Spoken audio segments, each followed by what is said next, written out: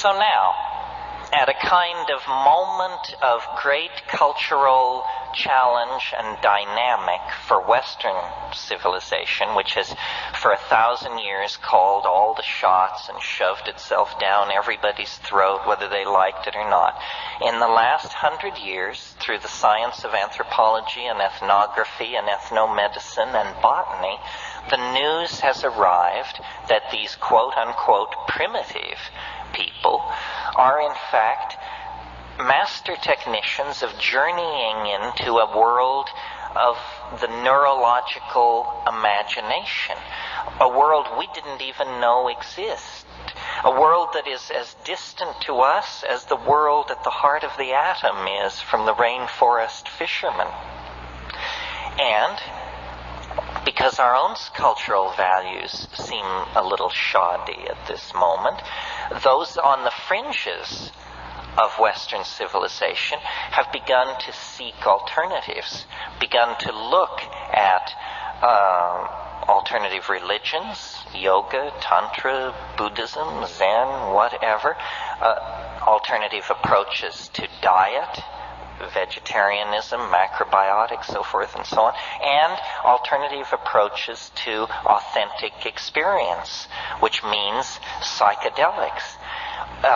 In the early stage of psychedelic involvement, everyone was sort of flying under the banner of hands-on Freudianism or hands-on Jungianism. You know, we're going to see those archetypes. We're going to confront those sexual repressions. We're going to journey into those traumatic childhood memories.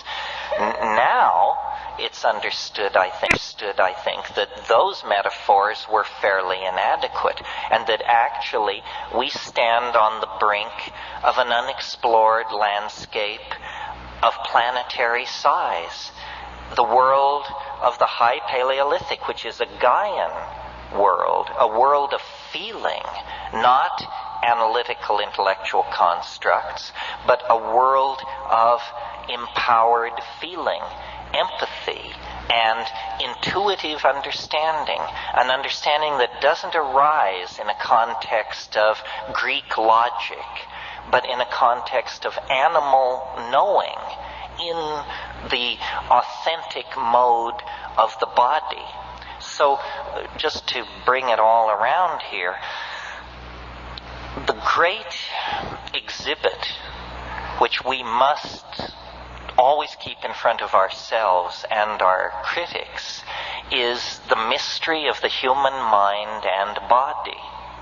No one knows how it is that I can command my hand to make a fist and that it will do that. I mean, that's mind over matter. That's the violation of every scientific principle in the books. And yet it is the most trivial experience any of us have. We expect to command our body. We expect the mental will to order the monkey flesh into action, and it will follow. The body is the nexus of the mystery of life. And our culture takes us out of the body and sells our loyalty into political systems, into religions, into inanimate objects and machines, collections, so forth and so on. The felt experience of the body is what the psychedelics are handing back to us. That's why it's called escape, because it's escape from HBO, from walking the mall, from seeing what's on the tube, from consuming trash media. It's escape from all of that into the authenticity of the body. This is why sexuality is so edgy in this society.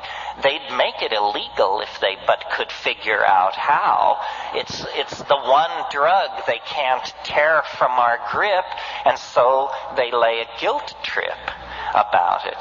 But sexuality and psychedelics, by carrying us back to an authentic sense of the body, carry us back to the domain of authentic values. And more, the message that people are getting as they avail themselves of the psychedelic experience is that it is not a journey into the human unconscious or into the ghost bardos of our chaotic civilization. It's a journey into the presence of the Gaian mind, that the earth is a coherent whole. It is a thinking, feeling, intending being, that in terms of our value structures, it would be foolish to image as anything other than female. And when cultural values created by male dominance and science and linearity and so forth and so on, when those values are dissolved, what is waiting there is this incredibly poignant experience of matrix, what James Joyce called the mama matrix most mysterious, nothing more than our bodies and the earth out of which our bodies came. History, as we have lived it in the West, has been a turning of our back on that. And now history has failed. Western cultural institutions, having become global cultural institutions, now show themselves to be adequate to inspire, lead, or carry anyone into a future worth living in. At this moment, then, this reconnecting to the Gaian mind becomes a kind of moral imperative. So this whole drug issue is not an issue even about criminal syndicates or about untaxed billions or about the mental health of our youth or any of that malarkey. I mean, my God, the most destructive drugs known to the species are peddled on every street corner without restriction. The real issue is what kind of mental worlds shall people inhabit? What kinds of hope shall be permitted? What kind of value systems shall be allowed? And the value systems that aggrandize the possession of things, the tearing up of the earth, competition, classism, racism, sexism, have led us to the brink of catastrophe. Now, I think we have to abandon Western cultural values and return to the deeper wisdom of the body in connection with the plants. That's the seamless web that leads us back into the heart of nature. And if we can do this, then this very narrow neck of cultural crisis can be navigated. Very little of the past can be saved. The architectonics, the machines, the systems of monetary exchange and propaganda, the silly religions, the asinine aesthetic canons, very little of that can be saved. But what can be saved is the sense of love and caring and mutuality that we all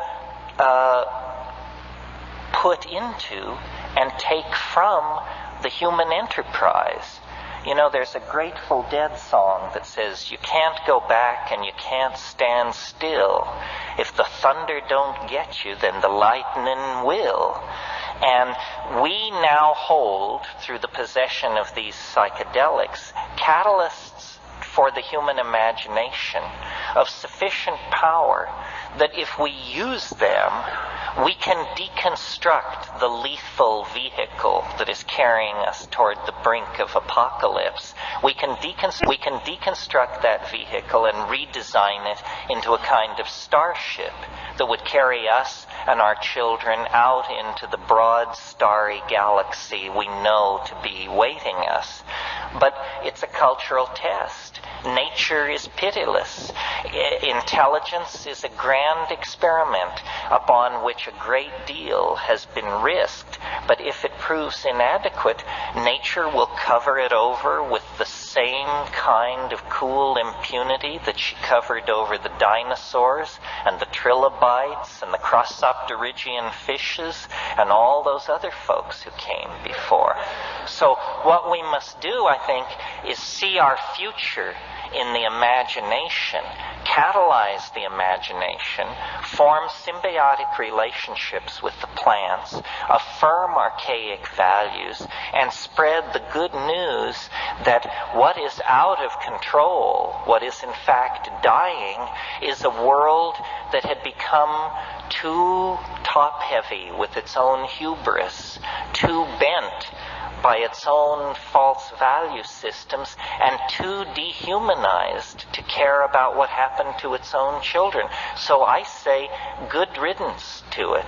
Bring on the archaic revival, and let's create a new world. And that's it. And